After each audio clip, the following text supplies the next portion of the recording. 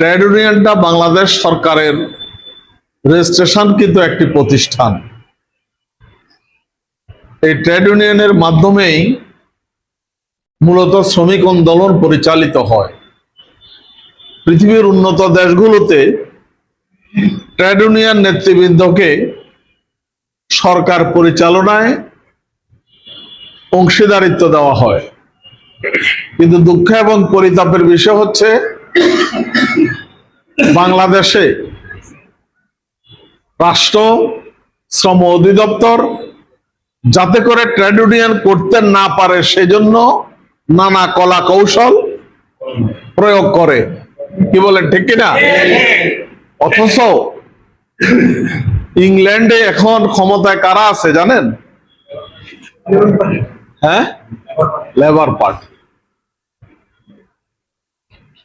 England, আমেরিকায় এই trade ইউনিয়নের নেতৃবৃন্দকে বিভিন্ন সময় সরকার মূল্যায়ন করে, তাদের কাছ থেকে পরামর্শ চায়, তাদেরকে সরকারের অংশীদারিত্ব দেয়। আমাদের দেশ রাষ্ট্র এখন পর্যন্ত ট্রেড ইউনিয়নকে মর্যাদা দিতে ব্যর্থ হয়েছে।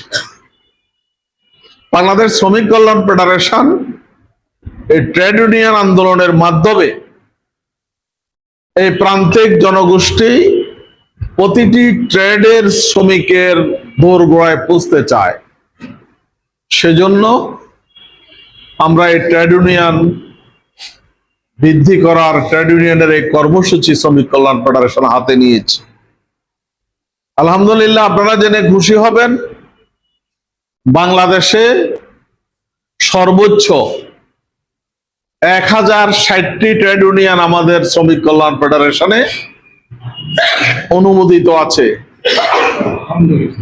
এটি বাংলাদেশ জাতীয়তাবাদী শ্রমিক দল, বাংলাদেশ শ্রমিক লীগ, যত শ্রমিক সংগঠন আছে তাদের সকলের থেকে কয়েক গুণ বেশি এই ট্রেড ইউনিয়ন। এই ট্রেড ইউনিয়নের মাধ্যমে আমরা চাই এই দেশে একটি শ্রমিক আন্দোলন গড়ে তুলতে।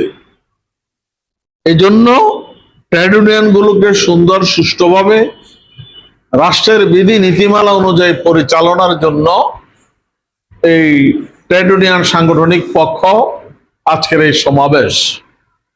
নিঃসন্দেহে আপনারা 15 দিন কাজ করে শেষ করে এখানে এসেছেন, আমি সেগুলোর খোঁজ খবর আপনাদের থেকে জানতে চাবো।